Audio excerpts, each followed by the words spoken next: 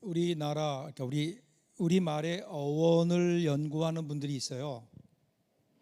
그 말의 뜻이 무엇인가를 이렇게 찾아서 말의 정확한 뜻이 무엇인가를 연구하는 분들이 있는데, 그분들이 가장 어려워하는 단어가 하나 있어요. 그런 단어들이 몇 개가 있는데 그 중에 하나가 착하다라는 말이에요. 착하다. 보통 여러분 우리 말을 보면 무엇 하다 그러면 그 앞에 나오는 단어를 보면 대강 무슨 말인지 알잖아요. 예를 들면 사랑하다, 생각하다, 말하다, 귀하다. 그러면 앞에 나오는 단어들이 있잖아요. 사랑, 생각, 말, 귀함, 뭐 이런 것들을 보면 전체적으로 생각하다 그러면 그런 뜻이구나라고 알 수 있는데, 착하다 그러면 착하다에 하다 앞에 나와 있는 게 뭐예요? 착. 이게 무슨 뜻일까요? 착. 그래서 어려워요. 이 말의 그 실마리, 어원에 대한 실마리를 찾기가 참 어렵다고 해요. 그래서 이 말의 어원을 연구하는 사람들에게 이 착하다라는 말은 착하지가 않대요. 어려운 이 착하다, 이게 무슨 말일까요? 우리가 사실은 많이 쓰잖아요. 착하다. 성경에서는 이 착하다라는 걸 어떻게 얘기하고 있을까요? 마태복음 5장 16절을 보시면요, 이같이 너희 빛이 사람 앞에 비치게 하여 그들로 너희 착한 행실을 보고 하늘에 계신 너희 아버지께 영광을 돌리게 하라. 예수님께서 예수 믿는 우리들을 향해서 너희는 세상의 빛이다 그러셨어요. 그럼 빛이 어떤 걸까요? 빛의 기능이 뭐죠? 밝히는 거잖아요. 밝혀서 보게 하는 거예요. 원래 어두워서 보지 못했던 것을 빛이 밝히면서 보게 하는 거예요. 그럼 너희가 세상의 빛이다 그렇게 얘기할 때 세상의 빛은 어떤 걸까요? 세상을 밝히는 거예요. 그래서 사람들로 하여금 보게 하는, 이것이 세상의 빛이라고 하는, 세상의 빛이라고 하는 의미인 거예요. 그러니까 예수님께서 우리 보고 세상의 빛이라고 하면서 너희가 세상을 비추어라. 그래서 보지 못했던 것들을 보게 하고 알지 못했던 것을 알게 하라. 죄가 무엇인지 알지 못했던 사람들에게 죄가 무엇인가를 보여줘야 돼요. 보지 못했던 천국과 지옥을 보여줘야 돼요. 하나님의 뜻이 어디 있는지를 알게 하고 깨닫게 하고 보게 하는 거예요. 이것이 우리가 해야 될 일인 거예요. 세상에 비친 우리가 해야 될 일인데, 그러면 어떻게 이 일을 해요? 착한 행실이에요. 착한 행실. 너희의 착한 행실을 보고 하늘에 계신 너희 아버지께 영광을 돌리게 하라. 그러니까 착한 행실. 그러니까 그리스도인들은요, 우리 예수 믿는 사람들 한마디로 얘기하면 착한 행실을 통해서 이 세상을 비추고 밝히고 사람들로 하여금 보게 하는, 이것이 세상의 빛이라고 하는 의미인 거예요. 그래서 그리스도인이 된다고 하는 것은 착한 사람이 되는 거예요. 착한 행실을 하는 사람, 착한 사람. 오늘 우리가 읽었던 말씀 내용을 보면 거기에 보면 이 성경에서 얘기하는 착한 사람의 이야기들이 몇 사람에 걸쳐서 그 이야기들이 나와요. 한번 볼까요? 먼저 19절 한번 보세요. 그때에 스데반의 일로 일어난 환난으로 말미암아 흩어진 자들이 베니게와 구브로와 안디옥까지 이르러 유대인에게만 말씀을 전하는데, 그러면 초대교회의 스데반 집사, 여러분 스데반 아시죠? 스데반이 순교를 당하면서 이제 예루살렘 일대에는 교회 탄압령이 내려진 거예요. 본격적인 교회 탄압이 시작된 거예요. 목숨까지 위태로워요. 그래서 어떻게 해요? 그들이 그곳을 떠나요. 흩어지게 돼요. 그로 말미암아 그들이 흩어졌다 이렇게 나와요. 흩어졌다. 근데 여러분 여기 나오면 흩어짐을 보시면 그냥 흩어졌다, 그래서 그렇게 그들이 실패로 끝났다가 아니에요. 그들이 흩어졌는데 오히려 그들이 두루 다니며 복음을 전함으로 어떻게 이전보다도 복음이 왕성해졌다, 더 많은 복음을 전하게 되었다. 이것이 오늘 성경이 우리에게 얘기하는 거잖아요. 그럼 여기서 흩어짐이란 게 뭘까요? 야고보서 1장 1절을 보시면 흩어짐에 대한 이야기 이렇게 나와요. 하나님과 주 예수 그리스도의 종 야고보는 흩어져 있는 12지파에게 문안하노라. 여기에 흩어져 있는 이 말, 흩어져 있는 이 말을 보면, 이 말을 그리스 원어로 보면 디아스포라예요. 디아스포라. 많이 들어보셨죠? 디아스포라. 이 디아스포라는 어떤 뜻인가 하면요, 디아라고 하는 말, 흩어진, 뿌려진, 흩어진, 뿌려진, 이런 뜻의 디아라는 말과 스포라, 스포라는 seed, 씨예요, 씨. 그러니까 뿌려진, 흩어진 씨앗들, 뿌려진 씨앗들을 얘기하는 거예요. 그러니까 마치 여러분 예수님의 비유에 보면 씨 뿌린 자의 비유가 나오잖아요. 그럼 농부가 씨를 흩어서 뿌려요. 뿌리면 어떻게 될까요? 그곳이 떨어지는 곳에 싹이 나고 그리고 잎이 나고 열매를 맺게 돼 있는 거예요. 의도를 가지고 농부가 씨를 흩어 뿌리듯이 지금 하나님께서 그리스도인들을 흩으셨다고요. 그 이유는 어디에 있을까요? 그 이유는 그들을 뿌리심으로, 그들을 흩어지게 하심으로 하나님께서 원하시는 일이 있어요. 그 나타난 결과가 뭐예요? 그들이 다니면서 복음을 전했어요. 그래서 전에는 예루살렘 안에서만 복음이 전해졌는데 이제는 그들이 박해로 말미암아 흩어짐으로 그들이 이방까지 나가서 복음을 전하게 되고, 그리고 드디어 안디옥에까지 복음이 전파되었다라는 거예요. 이것이 그리스도인의 모습이에요. 오늘을 살아가는 우리 그리스도인들의 모습, 디아스포라. 하나님께서는 우리를 이 세상에 뿌리셨잖아요. 여러분의 가정, 여러분의 직장, 여러분의 삶의 현장, 그리고 우리 교회는 말할 것도 없이 하나님이 우리로 하여금 이 세상에 뿌려놓으신 하나님의 씨앗이, 거룩한 씨앗들이에요. 하나님께서는 여러분들 통해서 무언가 이 땅에 하나님이 보시고자 하는 게 있다고요. 하나님이 하시고자 하는 이야기가 있다고요. 교회에 모이는 것도 중요하지만 하나님은 우리를 보내시잖아요. 우리의 가정으로, 우리의 직장으로, 우리의 삶의 현장으로 보내셔서 그곳에서 거룩한 씨앗으로 거기에서 거룩한 모습으로 그리스도인답게 살아가며, 그리고 예수 그리스도의 복음을 전하는 사람으로 살기를 기대하시면서 하나님은 오늘도 우리를 뿌리세요. 흩으세요. 이번 한 주간 동안도 여러분이, 하나님이 흩으신 여러분의 삶의 현장 속에서 그것이 우리가 어찌어찌 하다 보니까 이렇게 살아가는 것이 아니라 그 길이 하나님이 의도를 가지시고 나를 보내신 곳이라고 하는, 하나님이 나를 보내셨다고 하는 사명감을 가지고 우리의 삶의 현장 속에서 그 일을 기쁜 마음으로 이루어내는 그러한 저와 여러분들 될 수 있기를 주님의 이름으로 축복합니다. 이것이 착한 그리스도인의 모습이에요. 그리스도인이 해야 되는 일들, 흩어져서 하나님의 뜻을 전하며 살아가는. 자, 또 하나의 모습이 나와요. 20절 보세요. 같이 한번 읽어볼까요? 같이 읽겠습니다. 그 중에 구브로와 구레네 몇 사람이 안디옥에 이르러 헬라인에게도 말하여 주 예수를 전파하니 주의 손이 그들과 함께 하심에 수많은 사람들이 믿고 주께 돌아오더라. 처음에는요, 이 사람들이 유대인에게만 복음을 전했어요. 흩어진 사람들이. 헬라인에게는 복음을 전할 엄두를 못 냈어요. 왜 그랬을까요?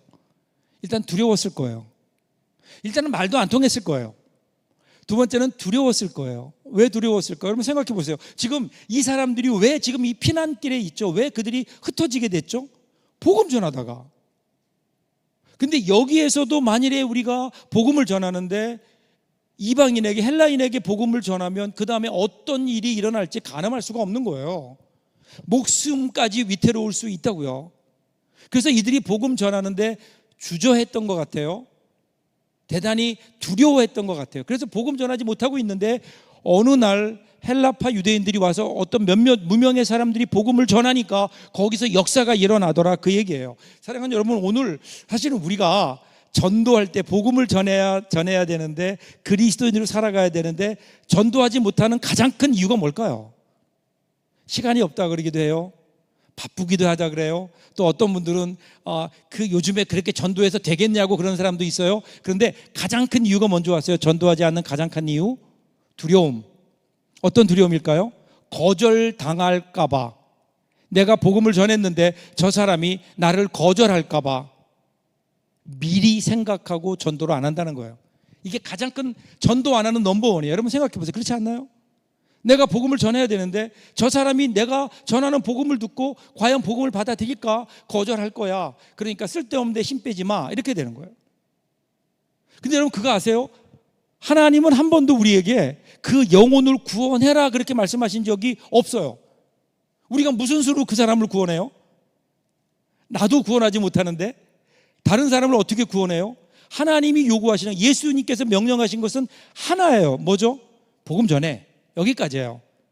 복음 전하면 거기까지가 우리 일이에요. 그럼 복음 전한 다음에는요, 하나님께서 알아서 하실 일이에요.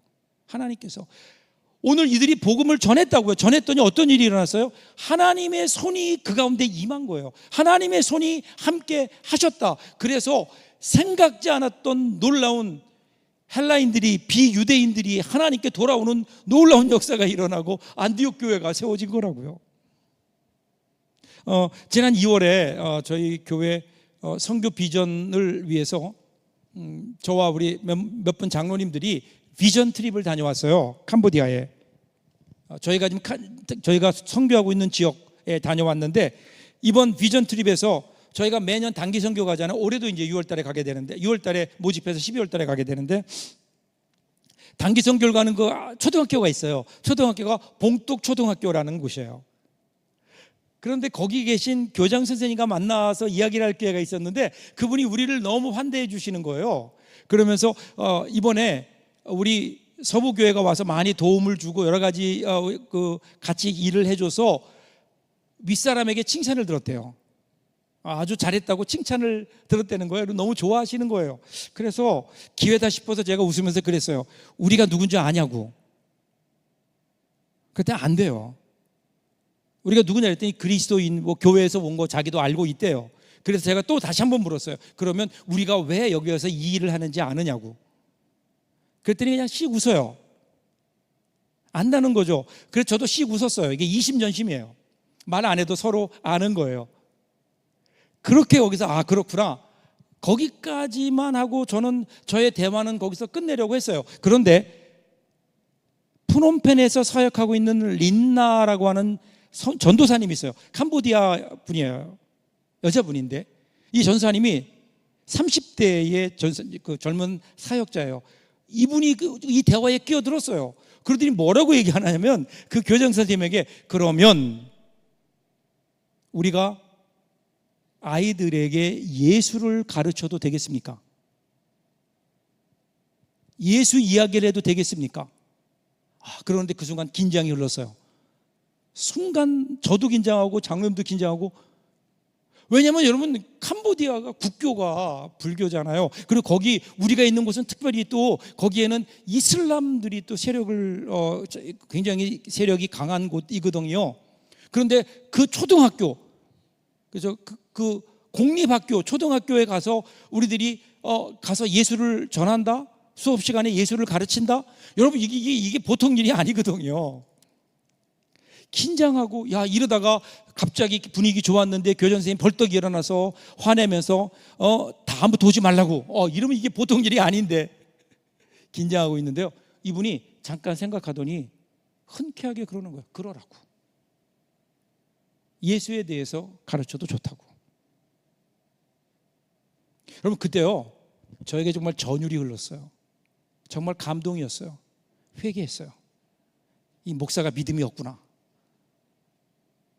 우리가 해야 되는 일은 여기까지인데, 그러면 그 다음에는 하나님이 알아서 하실 문제인데, 하나님께서 이미 준비하고 계신데, 하나님께서 이미 그 다음 일을 계획하고 계신데, 우리는 스스로 생각하면서 이건 안 될 거야, 그러면서 그 일조차 시도하지 않는 것은 아닐까? 여러분 오늘 여기 나오는 이 본문 보세요. 몇몇 사람들이 이 구브로, 이 아프리카 연안의 다른 지역으로부터 온 크리스찬들이, 헬라파 유대인들이, 이들이 와서요, 그냥 그들은 복음을 전한 거라고요. 그 전에 왔던 사람은 이러다가 혹시 어떤 일이 일어나지 않을까, 전도가 실패하지 않을까, 저들이 우리를 더 핍박하지 않을까, 이러한 생각 때문에 헬라인에게는 복음을 전할 엄두도 못 내고 있는데, 그런데 몇몇 무명의 사람들이 와서 그냥 복음을 전한 거예요. 근데 이들이 왜 어떻게 복음을 전할 수 있었을까요? 간단해요. 헬라어를 할 줄 아는 거예요. 헬라어를 할 줄 아니까 헬라어를 할 줄 아는 사람에게 그냥 헬라어로 복음을 전한 것뿐이에요. 따지지 않았다고요. 이렇게 하면 어떨까? 혹시 이러다가 저들이 우리를 고발하면 어떨까 생각하지 않았어요. 그냥 기회가 주어졌을 때 그들은 복음을 전했던 거예요. 그랬더니 어떻게 해요? 하나님의 손이 그들과 함께함으로 수많은 헬라인들이, 수많은 이방인들이 하나님께 돌아오는 놀라운 역사가 있었고, 그래서 뭐가요? 그 안디옥 교회가 세워진 거라고요. 그냥 할 수 있는 일들을 한 거예요. 여러분, 전도가 그렇게 뭐 대단한 거 아니잖아요. 오늘 우리의 삶 속에서 우리가 만나는 사람 가운데 우리가 복음 전할 기회가 있다면 한번 예수 믿어보시라고, 예수님을 아시냐고, 그 말도 어려우면 우리 교회 한번 나오지 않겠냐고, 아니면 나랑 언제 한번 식사 한번 같이 하지 않겠냐고. 복음을 전하고 복음을 전할 기회를 만들어 가는 것, 여러분, 이것이 우리가 해야 될 일이라고요. 그러면 우리가 그렇게 하면 그 다음에 누가 하세요? 하나님의 손이 함께 하세요. 하나님의 손이.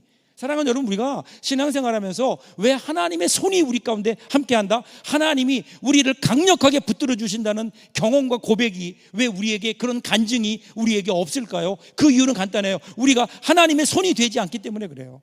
하나님이 하시고자 하는 그 일을 우리가 감당하면, 그 일을 하면 하나님의 손은 자동적으로 우리와 함께 할 텐데, 어쩌면 우리는 하나님이 전혀 관심이 없는 곳에 우리의 소문을 뻗치고 있는 것은 아닐까. 그러니까 하나님은 분명히 계세요.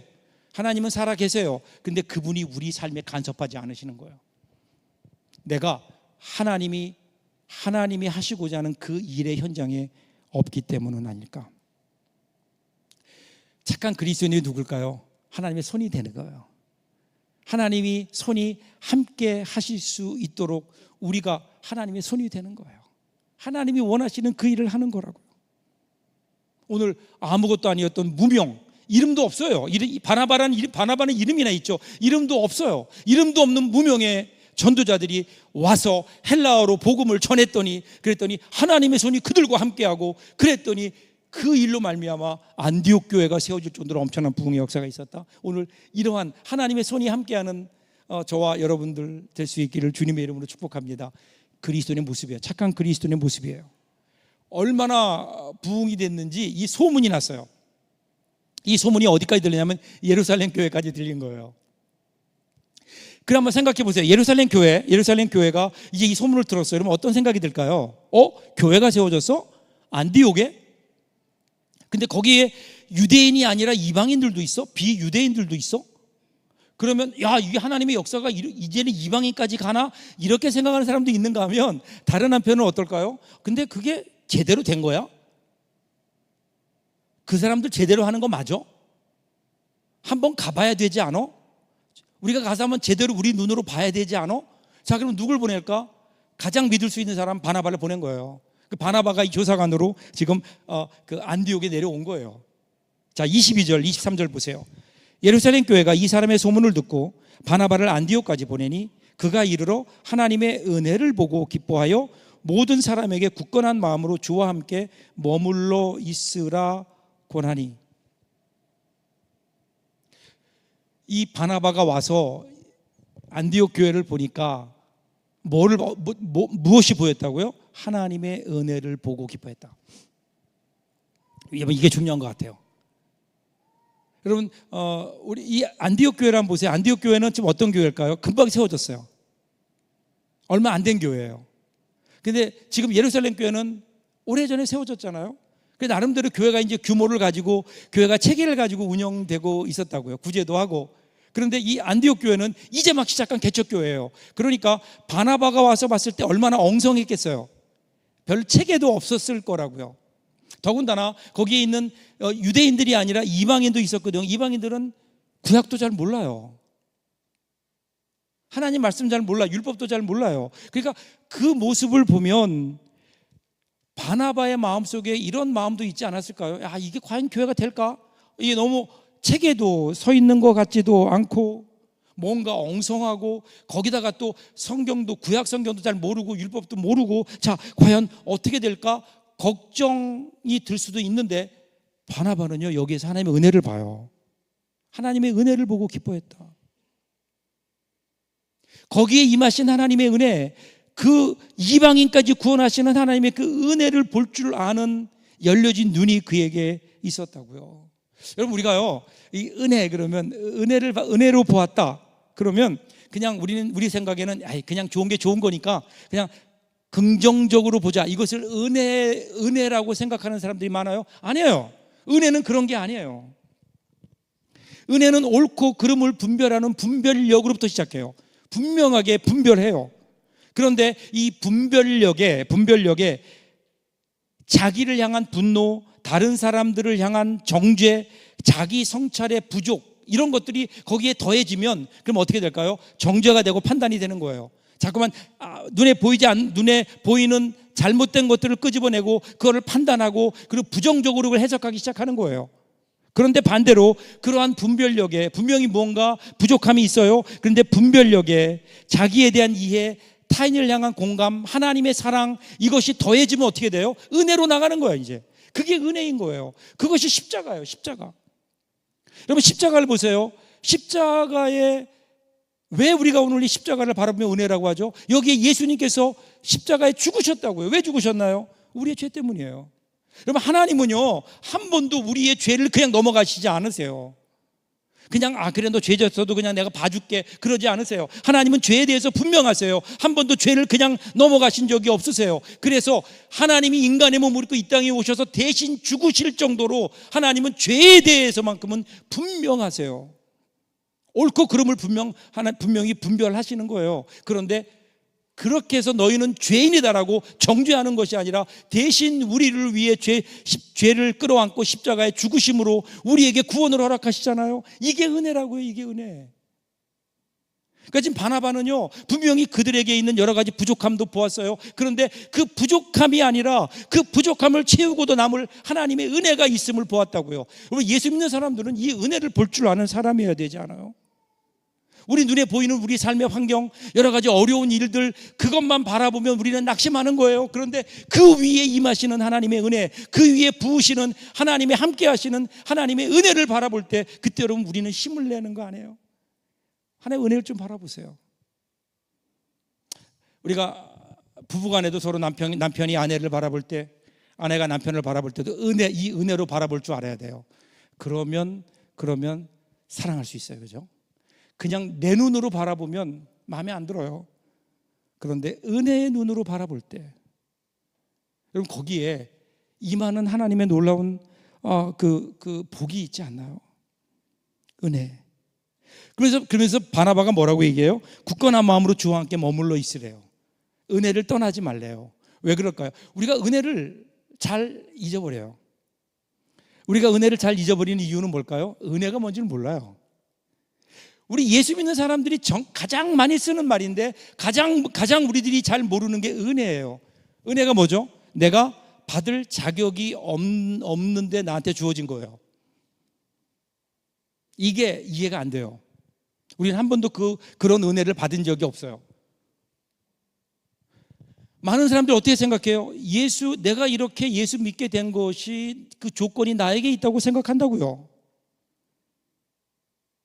여러분, 오늘 우리가 구원받은 근거가 뭐예요? 그 근거는요 나에게 있지 않아요. 나에게 있는 게 아니에요. 하나님의 사랑에 있어요. 하나님의 우리를 향한 주체할 수 없는 하나님의 사랑에 우리의 구원의 근거가 거기에 있다고요. 그래서 우리는 구원을 생각할 때 뭘 바라봐야 돼요? 하나님의 사랑을 보는 거예요. 이것이 은혜라고요. 하나님의 은혜를 생각해야 되는 거예요. 근데 우리는 내가 구원받은 것은 물론이고 내 삶 속에서 삶의 조건을 자꾸만 나에게서 만들려고 해요. 내가 하나님께 사랑받으려면 내가 이렇게 해야 돼. 자꾸만 내 스스로 조건들을 만들어내요. 하나님께 사랑받을 조건을 만들어내려고 애를 써요. 그러니까 신앙생활이 재미가 없어요. 신앙생활이 힘들어요. 피곤해요. 내가 만들어내므로 하나님이 우리를 사랑하시는 거 아니에요.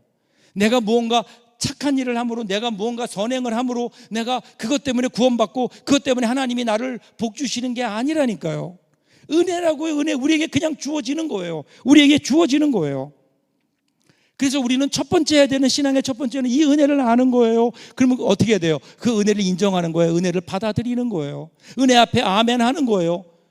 뭘 보면서? 하나님의 사랑을 보면서, 하나님의 그 절절한 사랑, 우리를 향한 그 사랑을 바라보면서 그 사랑으로 말미암아 나를 구원하신 하나님의 그 은혜를 경험하는 거라고요. 인정하는 거라고요. 그분이 여전히 살아계셔서 오늘 나를 붙들고 인도하신다는 그 사실을 인정하는 거예요. 이것이 은혜 안에 거하는 거예요. 근데 우리는 어느 순간 이 은혜를 떠나서 그 조건을, 사랑받을 조건을 내가 만들어내려고 해요. 아니에요. 하나님은 여러분 있는 모습 그대로 사랑하세요. 그리고 여러분들이 그 자리에서 하나님의 사람답게 살기를 그렇게 원하시는 거예요. 우리는 이 하나님의 은혜를 깨달을 때, 이 은혜를 깨닫고 났을 때, 그때 비로소 우리는 어떻게 해요? 아, 하나님의 그 은혜가 내 마음에 깨달아지기에, 그래서 내가 은혜에 합당한 삶을 살아야 되겠다, 은혜에 보답하는 삶을 살아야 되겠다. 그래서 우리는 하나님의 자녀답게 살려고 노력하는 거죠. 내가 하나님의 자녀답게 삶으로 내가 하나님의 자녀가 되고, 그리고 그래서 내가 구원을 얻고 하나님의 사랑을 받는 것 아니라고요. 이 은혜 안에 거해야 되는데, 은혜를 떠나서 자꾸만 나의 조건을 만들어내려고 하는 착한 그리스도인 누굴까요? 이 하나님의 은혜를 아는 사람이에요. 은혜로 모든 것을 볼 줄 아는 사람이에요. 이런 일을 가능하게 하던 바나바가 어떤 사람인가요? 24절 보세요. 24절 같이 한번 읽어볼까요? 같이 읽겠습니다. 바나바는 착한 사람이요 성령과 믿음이 충만한 사람이라 이에 큰 무리가 주께 더하여지더라. 착한 사람이래요. 그런데 착한 사람이고 성령과 믿음이 충만한 사람이다. 원어를 보면요, 이 두 가지가 동격으로 나와요. 착한 사람이 어떤 사람인가? 성령과 믿음이 충만한 사람이다. 우리가 생각하는 착한 사람은요, 그냥 이래도 좋고 저래도 좋은 사람이 아니에요. 그냥 선천적으로 사람이 온순한 사람을 얘기하는 게 아니에요. 예수 그리스도로 말미암아 성령의 역사로 말미암아 변화된 삶이에요. 성경에 나오는, 갈라디아서에 나오는 성령의 열매 몇 가지죠? 성령의 9가지 열매 아시죠? 사랑과 희락과 화평, 그 다음에 오래 참음, 자비, 양선, 충성, 온유, 절제. 이 9가지 열매, 이 성령의 9가지 열매는 성령이 우리 가운데 역사하시면 우리 가운데 나타나는 우리의 모습이에요. 우리의 모습이 뭐예요? 인격의 변화예요. 인격. 그런데 여기 나오는 이 9가지 열매가 다 복수로 돼 있지 않아요. 열매들 그러지 않아요. 그냥 성령의 열매라는 거예요. 이거 바꿔 얘기하면 한 사람에게 나타나는 모습들이에요. 인격의 모습들이에요. 그 한 사람이 누구예요? 예수 그리스도예요. 그러니까 오늘 우리 착한 그리스도인들 살아가면서 오늘 우리들이 해야 되는 일이 뭘까요? 이 예수를 닮아가는 거예요. 결국 신앙생활이 뭘까요? 신앙생활이 예수 닮아가는 거예요. 나에게서 예수의 모습이 보이는 거예요. 착하다는 말이 이거예요. 예수의 모습이 보이는 거예요. 예수를 닮아가는 거예요. 이러한 착한 모습을 구체적으로 한 가지 사건으로 오늘 설명하죠. 25절 26절 보세요. 같이 읽을까요? 바나바가 사울을 찾으러 다소에 가서 만남에 안디옥에 데리고 와서 둘이 교회에 1년간 모여 있어 큰 무리를 가르쳤고 제자들이 안디옥에서 비로소 그리스도인이라 일컬음을 받게 되었더라. 다소로 가는 거예요. 다소가 사울이라고 하는 사람 아시죠? 나중에 바울이 되죠. 이 사람의 고향인 다소에 가서 바울을 데려와요. 근데 오늘 본문의 내용을 좀 더 면밀히 보면 바나바가 사울과 그동안 연락하며 지냈던 건 아닌 것 같아요. 왜냐하면 거기 보면 찾아서 갔다 이렇게 나오는데 이 찾아가 샅샅이 뒤지다 그런 뜻이에요. 잘 모르니까 여기저기 물어서 수소문해서 찾아낸 거예요. 왜 사울을 불렀을까요? 지금 여러분 안디옥 교회는 유대인들만 모인 교회가 아니잖아요. 이방인들도 같이 모여 있어요. 그러면 이방인과 유대인들을 함께 할 수 있는, 함께 이들을 지도할 수 있는 사람이 필요해요. 그런데 바나바의 생각에 떠오르는 한 사람이 있어요. 그 사울이에요.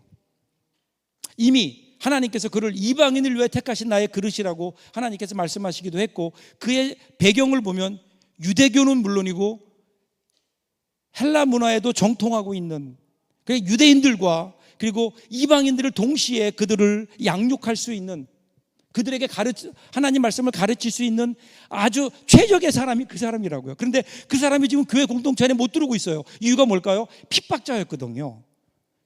예수 믿는 사람들을 죽이려고 했거든요. 그래서 예루살렘 공동체 안에 들어오지 못하고 지금 다소에 가 있는 거예요. 거기서 아마 복음을 전하고 있었을 거예요. 이 소식을 들은 바나바가 그를 데려오는 거예요. 하나님께 그에게 임한 하나님의 은혜를 보고 그를 데려왔어요. 그래서 함께 그 일을 해요. 그랬더니 결과가 뭐예요?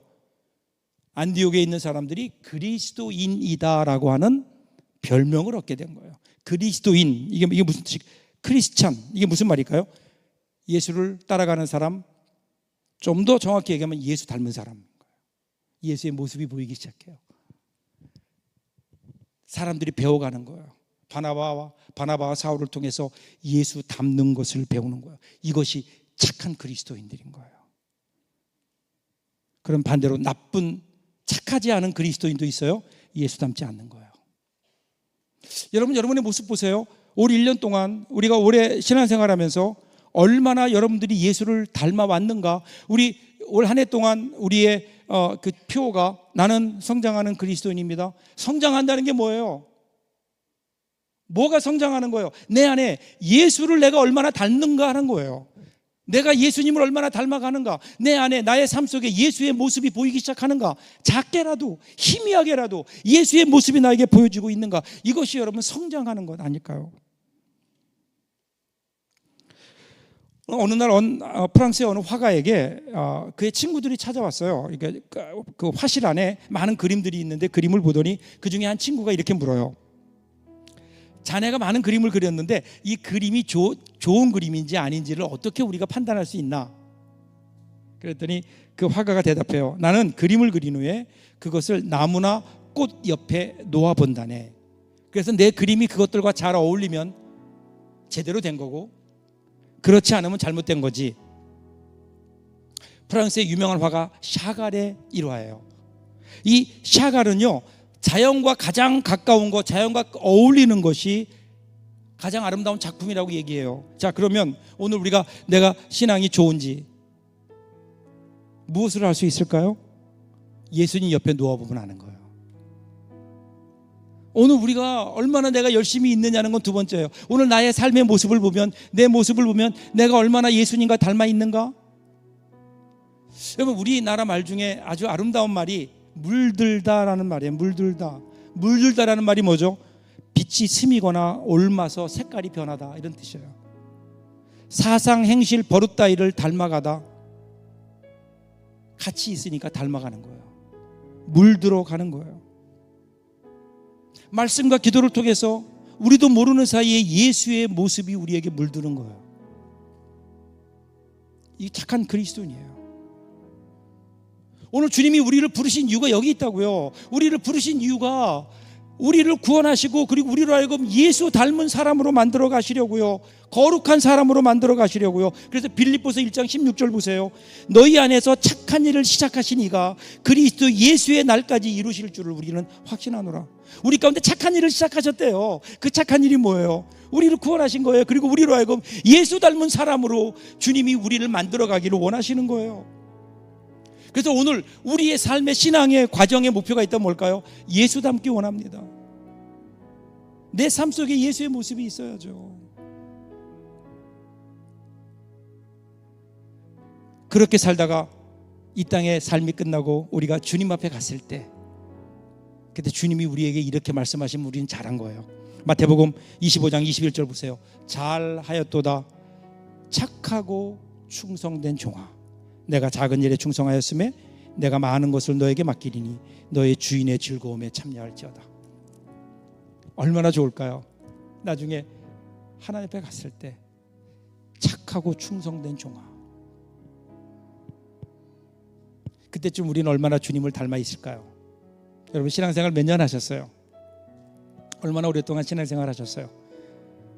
여러분 얼마나 주님을 닮으셨나요? 여러분의 말 속에 주님 닮은 말투가 있나요? 우리의 삶 속에 우리 주님 닮은 모습들이 나타나고 있나요? 그렇지 않다면 오늘 우리 하나님 앞에 우리의 모습을 내어놓고 회개해야 돼요. 착한 그리스도인으로 주님 닮은 모습으로 살 수 있다면 얼마나 좋을까요?